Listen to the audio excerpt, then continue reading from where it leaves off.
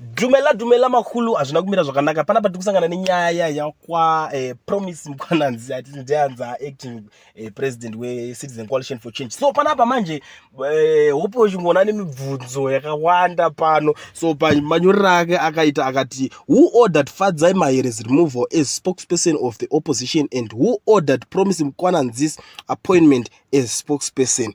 The opposition must come clean on who was the puppet master for these events. So panapa pari kuoneswa pari kutaurirana kuti right pakabviswa Fadzai Mahere bosi Fadzai Mahere anakana changa kanganisa basa rere aitorova enda akachimaster chidhiri chacho iwe ungataurirana ndianani even vese vakomana vacho vakambototai kutaura but Fadzai Mahere makangomuona zvaita kana muparliament ka aitotanga toshandisa mukana chazvinguva gaga achitorova basa rake nemazvo but akazongorekana ngonzi angobviswa pa spokesperson anzi asisiri spokesperson ngobattle Citizen Coalition for Change. So panapa ndo puri kubvutswa na hope kuti ndianani vaita zvinhu zvakadaro ndo kwakatangira skillful rekuzogadzirwa macyclone chabangu ikoko kwakatotanga nyaya yekunzi ana Promise Mkwananzi bozi advocate Nelson Chamisa angoti achingoita step down achibva ku triple C. Promise Mkwananzi bato zviti ndiato acting president and Promise Mkwananzi wacho vanhu havasi kufara nezvinhu zviri kuitika but muri yeZimbabwe zviri kwamuri kufuga kana kuwarira ende ma-comments ma-judgments zvinenge zvitori kwamuri kuti munenge muchiionawo sei nyaya yakaita seiyi inenge yachingotaurwa. Inini sanyaya meditation